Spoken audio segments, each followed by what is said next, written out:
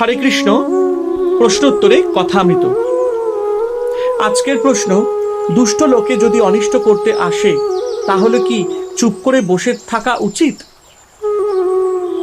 এই প্রশ্নের উত্তরে ঠাকুর শ্রী রামকৃষ্ণ পরমহংসদেব বলেছেন, লোকের সঙ্গে বাস করতে গেলেই দুষ্ট লোকের হাত থেকে আপনাকে রক্ষা করবার জন্য একটু তমগুণ দেখানো দরকার, কিন্তু সে অনিষ্ট করবে বলে উল্টে তার অনিষ্ট করা উচিত নয়। এক মাঠে এক রাখাল গরু চড়াতো। সেই মাঠে একটা ভয়ানক বিষাক্ত সাপ ছিল। সকলেই সেই সাপের ভয়ে অত্যন্ত সাবধানে থাকত। একদিন একটি ব্রহ্মচারী সেই মাঠের পথ দিয়ে আসছিল। রাখালেরা দৌড়ে এসে বললে, ঠাকুর মহাশয়, ওদিক দিয়ে যাবেন না, ওদিকে একটা ভয়ানক বিষাক্ত সাপ আছে।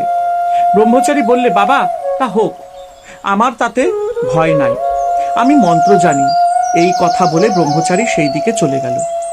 রাখালেরা ভয় কেউ সঙ্গে গেল না। এদিকে সাপটা ফনা তুলে দৌড়ে আসছে, কিন্তু কাছে না আসতে আসতে ব্রহ্মচারী যেই একটি মন্ত্র পড়লে অমনি সাপটা কেচোর মতন পায়ের কাছে পড়ে রইল। ব্রহ্মচারী বললে, ওরে, তুই কেন পরের হিংসা করে বেড়াস? আয়, তোকে মন্ত্র দিব। এই মন্ত্র জপলে তোর ভগবানের ভক্তি হবে, ভগবান লাভ হবে, আর হিংসা পবিত্রই থাকবে না। এই বলে সে সাপটাকে মন্ত্র দিল। সাপটা মন্ত্র পেয়ে গুরুকে প্রণাম করলে আর জিজ্ঞাসা করলে, ঠাকুর, কি করে সাধনা করব বলুন? গুরু বললেন, এই মন্ত্র জপ কর, আর কারোর হিংসা করো না।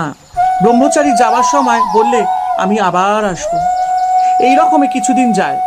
রাখালেরা দেখে যে সাপটা আর কামড়াতে আসে না। ঢেলা মারে তবুও রাগ হয় না, যেন কেচোর মতন হয়ে গেছে। একদিন একজন রাখাল কাছে গিয়ে ল্যাজ ধরে খুব ঘুরপাক দিয়ে তাকে আঁচড়ে ফেলে দিলে সাপটার মুখ দিয়ে রক্ত উঠতে লাগলো। আর সে অচেতন হয়ে পড়ল, নড়ে না চড়ে না। রাখালেরা মনে করলো যে সাপটা মরে গেছে। এই মনে করে তারা সব চলে গেল। অনেক রাত্রে সাপের চেতনা হলো। সে আস্তে আস্তে অতি কষ্টে তার গর্তের ভিতর চলে গেল। শরীর চূর্ণ, নড়বার শক্তি নাই। অনেকদিন পরে যখন অস্থি চর্মসার, তখন বাহিরে আহারের চেষ্টায় রাত্রে একবার চড়তে আসতো। ভয় দিনের বেলায় আসতো না। মন্ত্র লাওয়া অবধি আর হিংসা করে না। মাটি পাতা গাছ থেকে পড়ে গেছে এমন ফল খেয়ে প্রাণ ধারণ করত। প্রায় 1 বছর পরে ব্রহ্মচারী সেই পথে আবার এলো। এসে সাপের সন্ধান করলো। রাখালেরা বললে সে সাপটা মরে গেছে। ব্রহ্মচারীর কিন্তু একথা বিশ্বাস হলো না। সে জানে যে মন্ত্র ও নিয়েছে তা সাধন না হলে দেহত্যাগ হবে না। খুঁজে খুঁজে সেই দিকে তার দেওয়া নাম ধরে ডাকতে লাগলো। সেই গুরুদেবের আওয়াজ শুনে গর্ত থেকে বেরিয়ে এলো ও খুব ভক্তিভাবে প্রণাম করলে। ব্রহ্মচারী জিজ্ঞাসা করলে, তুই কেমন আছিস? সে বললে, আগে ভালো আছি। ব্রহ্মচারী বললে, তবে তুই এত রোগা হয়ে গিয়েছিস কেন? সাপ বললে, ঠাকুর, আপনি আদেশ করেছেন কারোর হিংসা করো না, তাই পাতাটা ফলটা খাই বলে বোধ হয় রোগা হয়ে গিয়েছি।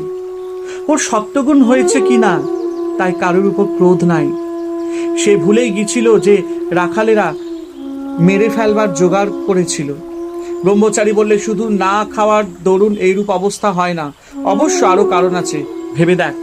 সাপটা মনে পড়লো যে রাখালেরা আছাড় মেরেছিল। তখন সে বললে, ঠাকুর, মনে পড়েছে বটে, রাখালেরা একদিন আছাড় মেরেছিল। তারা অজ্ঞান, জানে না যে আমার মনের কি অবস্থা। আমি যে কাহাকেও কামড়াবো না বা কোনো রূপ অনিষ্ট করব না, কেমন করে জানবে? ব্রহ্মচারী বললে, ছি, তুই এত বোকা!